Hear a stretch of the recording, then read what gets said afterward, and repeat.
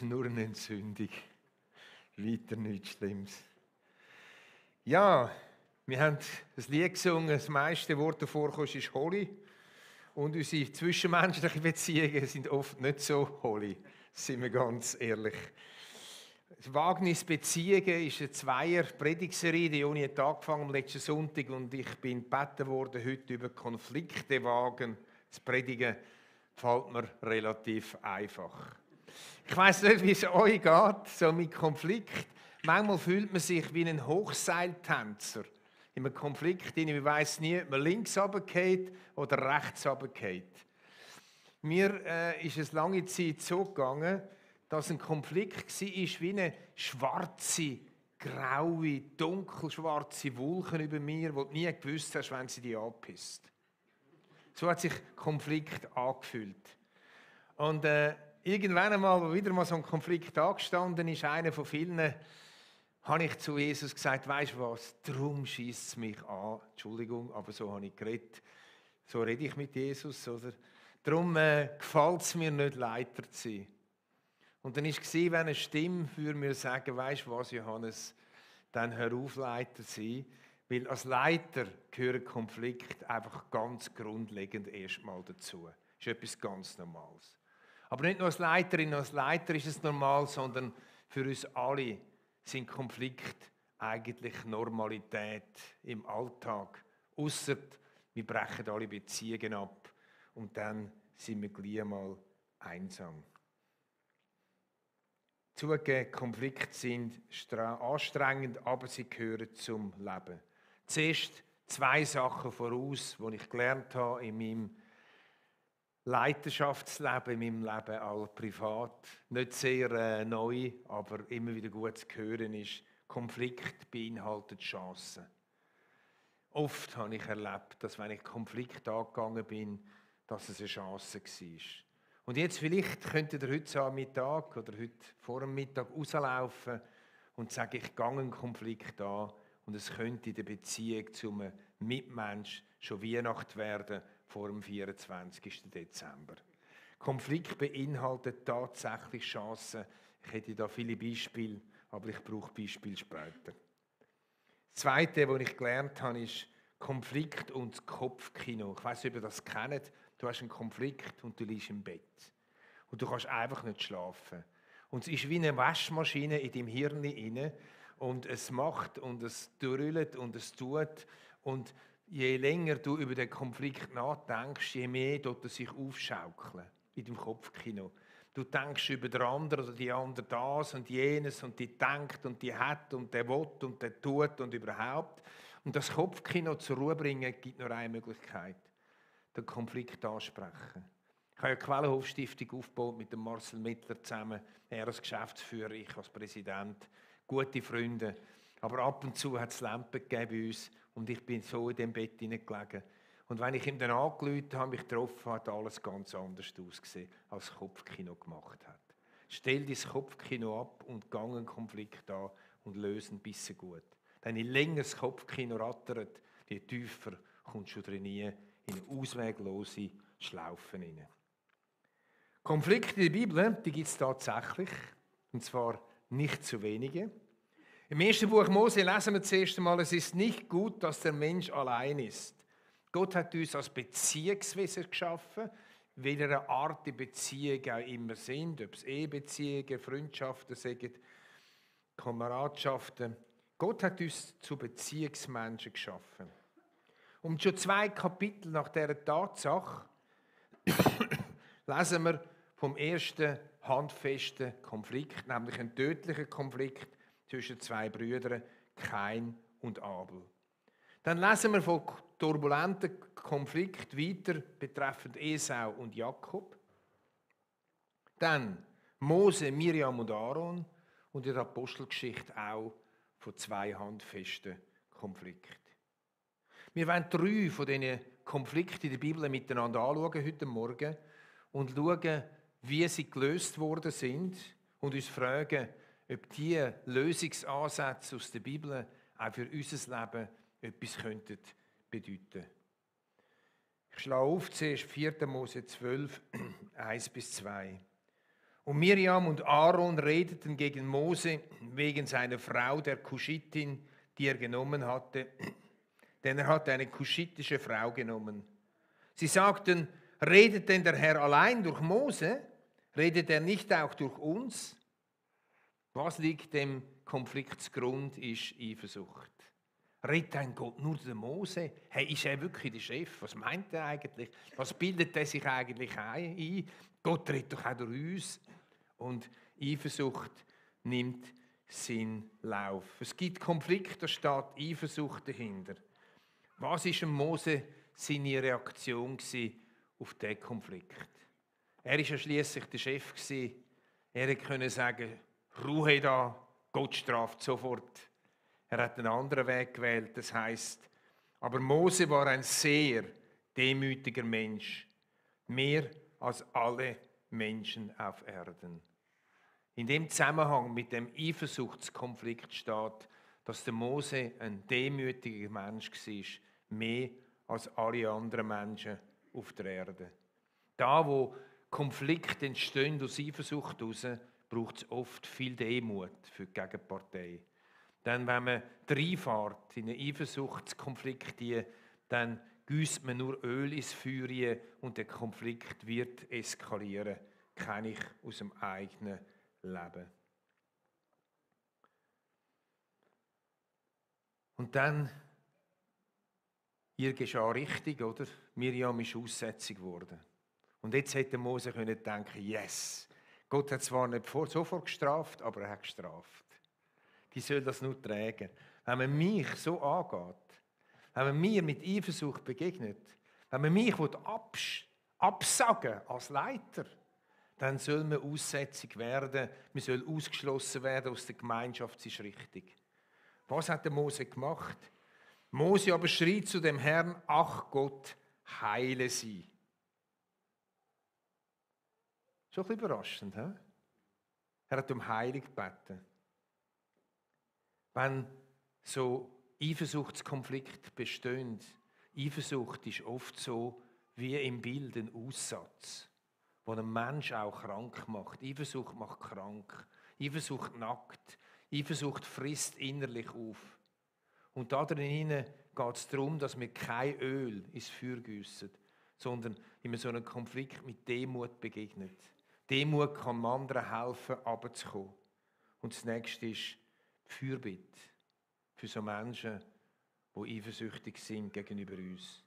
Bist du gerade in so einem Konflikt an der Arbeit, in der Nachbarschaft, mit einer Frau, mit einem Mann, in der Eifersucht? Es könnte ein Weg sein, mit Demut zu begegnen und in der Fürbitte für den Menschen einzustehen. Der nächste Konflikt steht in Apostelgeschichte 11, 1-2. Es kam aber vor die Apostel und Brüder, die in Judäa waren, dass auch die Nationen Gottes Wort angenommen hätten. Eigentlich Grund zur Freude. Die Nationen haben das Wort angenommen, nicht nur die Juden. Eine gewaltige Sache, eine gewaltige Freude musste ausbrechen. Aber oh, da kommt es anders. Und als Petrus nach so einer Erfahrung, wie Nicht-Juden zum Glauben gekommen sind, und als Petrus nach Jerusalem hinaufkam, stritten die gläubigen Juden mit ihm, die Judenchristen, und sagten, du bist zu den Männern hineingegangen, die unbeschnitten sind, und hast mit ihnen gegessen.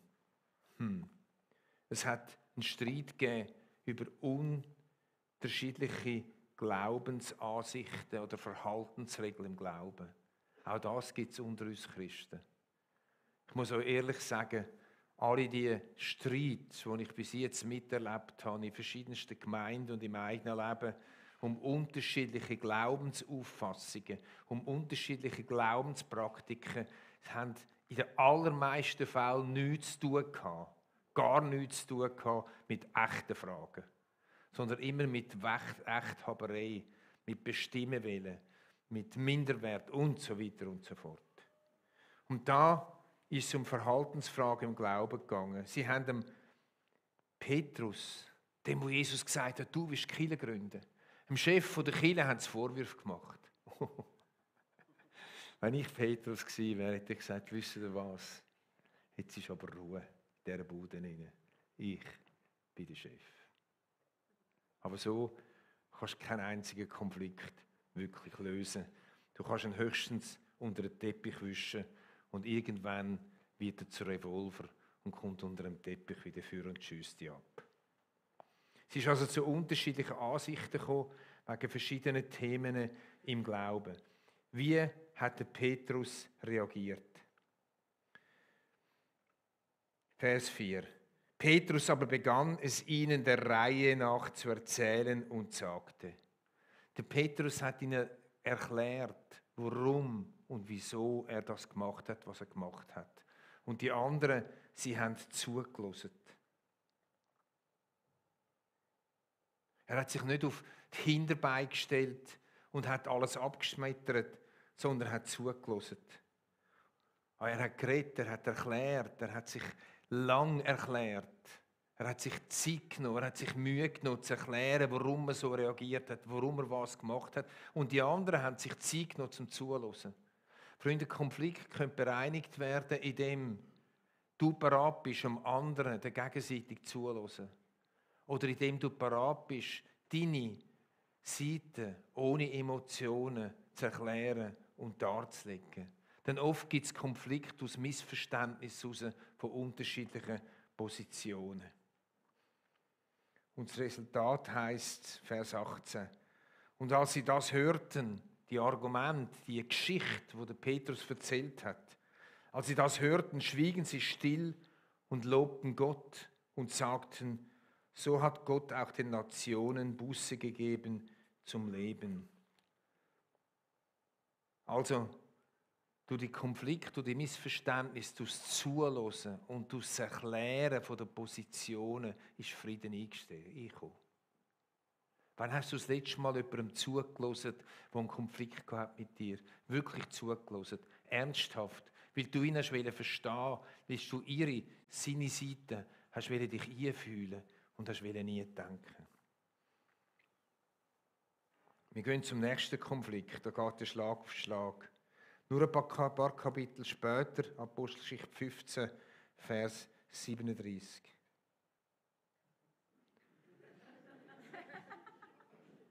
Was ist? Das ist gut, das ist gerade der Vers da oben. Da habe ich gedacht, ich habe irgendetwas falsch gemacht, aber da bin ich also beruhigt. Also, wir steigen ein, Apostelgeschichte 15, Vers 37, vielleicht kommt dann das Baby Nummer 38. Barnabas aber hatte vor, auch Johannes mit dem Zunamen Markus mitzunehmen. Der Barnabas hat gesagt, hey, zum Paulus, wir nehmen auch den Johannes Markus mit auf die nächste Runde. Paulus aber hielt es für richtig, ihn nicht mitzunehmen, der es in Pamphylien verlassen hatte und nicht mit ihnen zum Dienst ausgezogen war. Paulus hat gesagt, den Typ nehmen wir nicht mit. Der hat vorher schon gekneift, das ist keiner, den ich brauchen kann. Paulus war ziemlich kompromisslos. Und sie gerieten scharf aneinander, sodass sie sich voneinander trennten und Barnabas den Markus zu sich nahm und mit dem Schiff nach Zypern segelte. Sie haben sich getrennt und der Paulus hat einen anderen Typ mitgenommen. Und das Schöne an der Geschichte ist nicht die Trennung, sondern dass aus einem Team 2 Teams geworden sind, die evangelisieren. Aber offenbar hat der Konflikt ist er vorläufig unlösbar gewesen. Offenbar hat der Konflikt eine Trennung nötig gemacht. Manchmal muss man, und das sage ich mit viel Not in meinem Herzen auch, manchmal muss man eine Trennung vornehmen.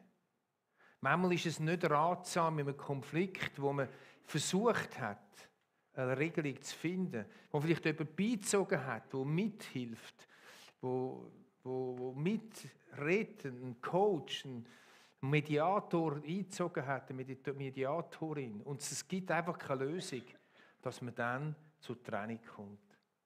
Es gibt nämlich oft die Beziehungen, wo es einfach im Moment nicht eine Lösung gibt. Auch der Fall, dass man zu lang wartet, mit sich zu trennen und es dann böse Verletzungen gibt. Ich habe da ein sehr aktuelles Beispiel, wo sich jetzt 5 Jahre etwa hingezogen hat. Ich hatte mit jemandem einen starken Konflikt gehabt und wir haben einfach nicht wahrhaben, dass wir es zusammen nicht können.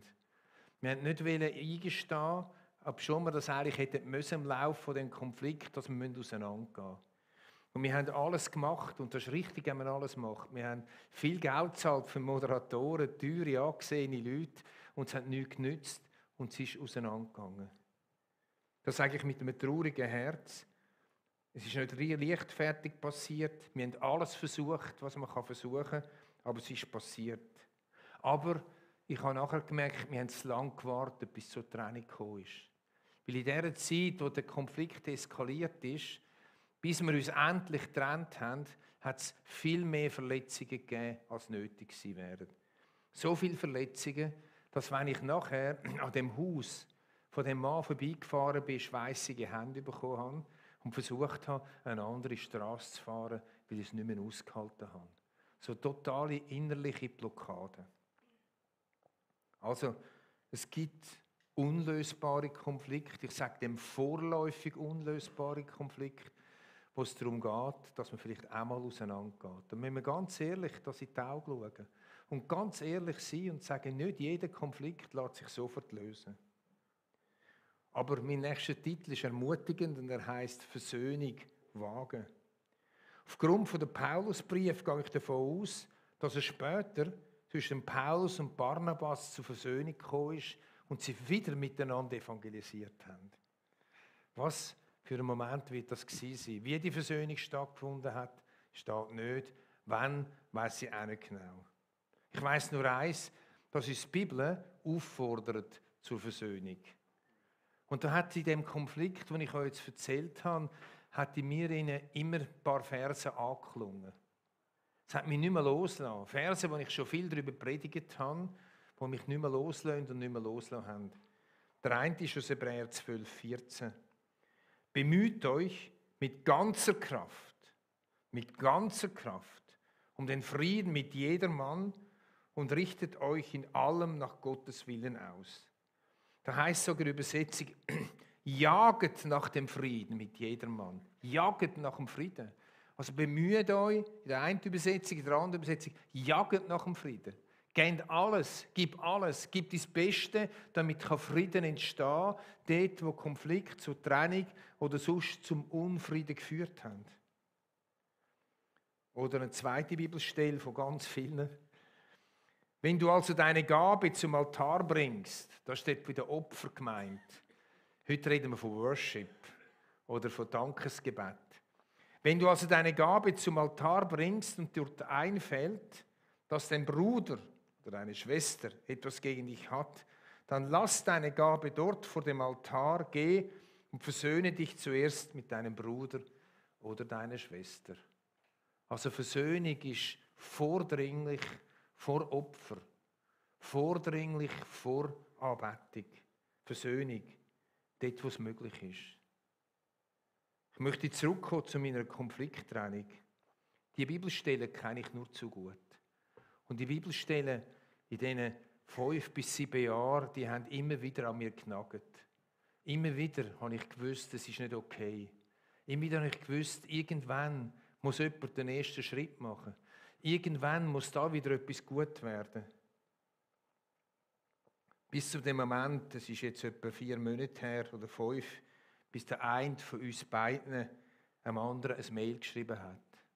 Mit dem Inhalt, lass uns einander in die Augen schauen. Den Konflikt müssen wir nicht besprechen, aber lasst uns einander in die Augen schauen. Der Konflikt ist so, dass es nicht darum geht, ihn im Moment zu lösen. Aber es ist darum gegangen, den Mail vom einen von uns zum anderen, dass es darum geht, einander in die Augen zu schauen. Beide haben sofort zugesagt. Und wir haben uns in einem Bahnhofrestaurant getroffen. Wir haben uns eine Stunde lang in die Augen geschaut. Wir haben darüber geredet, was wir gerade machen, wie es uns so geht. Wir haben den Konflikt ausgespart lassen. Es war nicht dran, den Konflikt zu lösen. Aber ich sage euch, was alles in mir gelöst hat. Und ich glaube ihm gegenüber, weil wir einander in die Augen geschaut haben.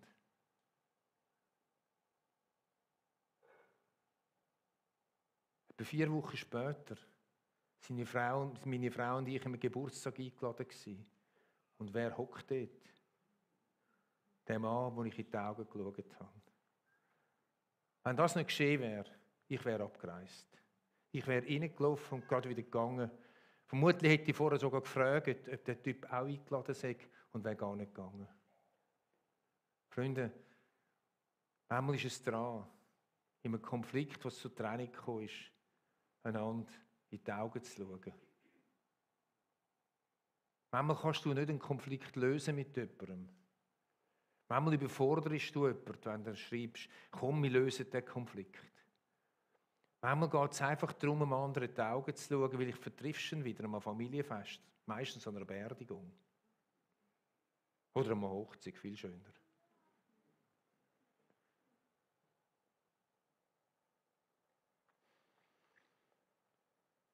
Da kommt mir natürlich Esau und der Jakob in den Sinn. Es hat eine wüste Szene gegeben von der Trennung. Der Jakob hat den Esau jämmerlich betrogen. Wisst ihr, wie lange ist es gegangen, bis sie sich in die Augen geschaut haben? Was schätzt ihr?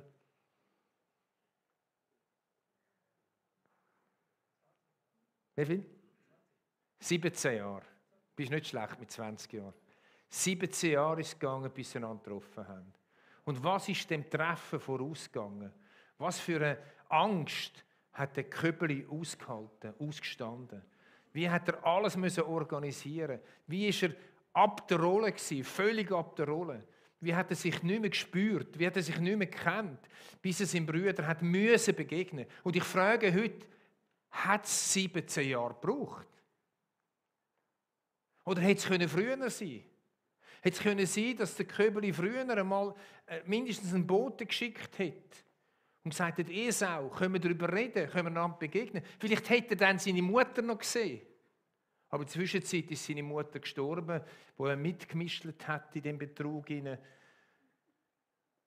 Freunde, wartet nicht zu lange, bis ihr jemandem sagt, können wir einander in die Augen schauen. Oder einen Konflikt, der jetzt nicht so gleich ist, auch lösen mit jemandem zusammen. Zum Schluss möchte ich dich noch fragen, was für ein Konflikttyp du bist. Ich habe 3 Tierli mitgebracht. 3 Tierli. Komm, bringen wir das erst. Bist du ein Faultierli? Der Faultierli, das ist kein Schimpf. Das Faultierli, wenn es darum geht, Konflikt zu lösen, so unter dem Motto, halte dich da besser raus. So, die Faultierli, die ein Motto haben, halte dich raus, die ignorieren Konflikt. Die machen die Augen zu und durch. Abwarten, Zeit heilt den Konflikt. Wie ein Faultier hängen bleiben und vor sich hindösen. Auf stumm oder gehörlos schalten und warten unter der Federdecke, bis der Konflikt endlich vorbei ist. Bitte mach es anders. Erkenne einen Konflikt an. Und schau den Konflikt in die Augen. Und entscheide dich, nicht hängen zu bleiben, sondern etwas zu unternehmen.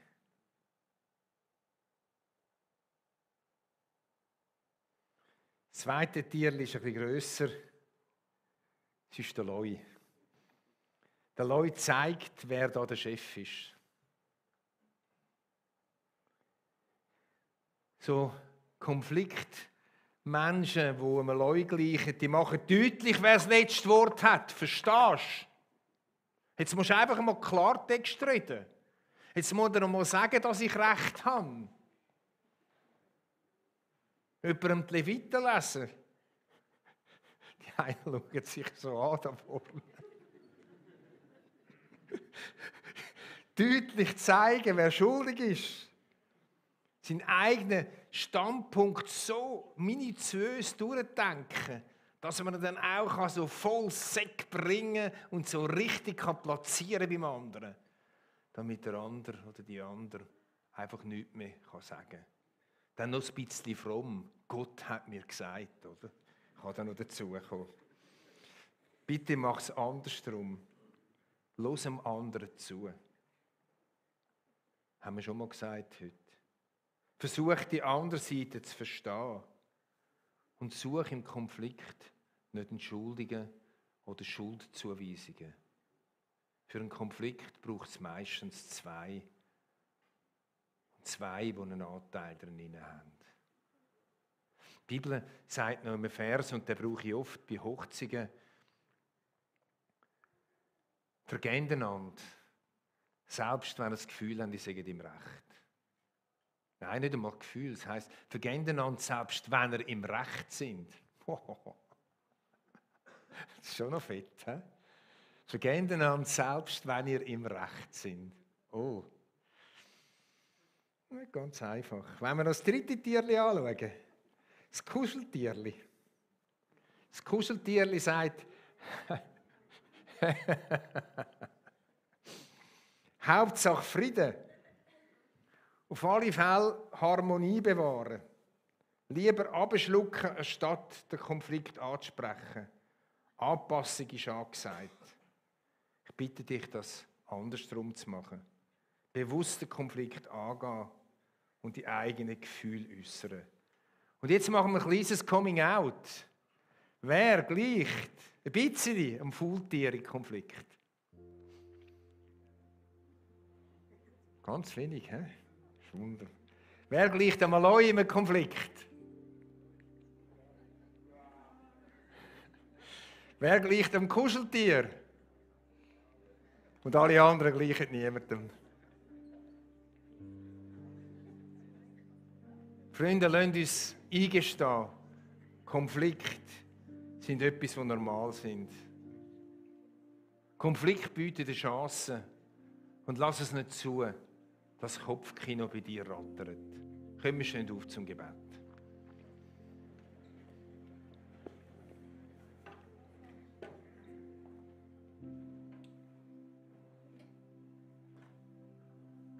Herr, ich danke dir für dein Wort, wo wir auch von Konflikt lesen.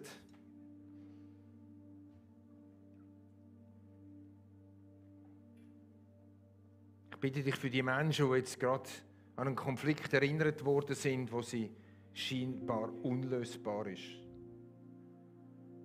Ich bitte, dass du ihnen hilfst, dass sie das tun können, was an ihnen liegt. Mehr haben wir nicht.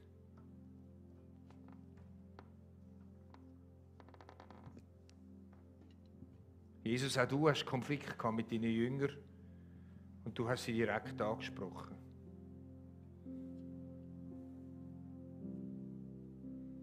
So bitte ich dich, dass in einem Konflikt da und dort Weihnacht wird. Versöhnung oder mindestens einander in die Augen zu schauen.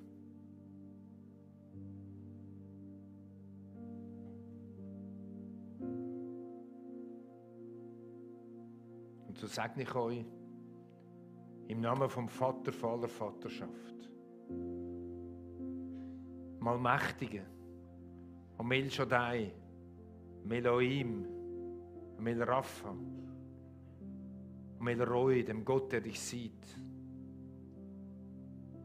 Sag noch im Namen von Jesus Christus, dem Immanuel, Gott mit uns, am Friedenfürst, der Frieden will schaffen zwischen den Menschen und zwischen den Völkern. Sag noch im Namen von Jesus Christus, eurem und meinem Erlöser, der gestorben ist für unsere Schuld, für unser Versagen, auch für unser Fehlverhalten, Konflikt. Ich segne euch und mich im Namen vom Heiligen Geist, der uns führen und leiten kann, der uns so Bibelwort aufs Herz legen kann und uns keine Ruhe lässt, bis wir mit einem Konflikt einen möglichen Weg gehen. Amen.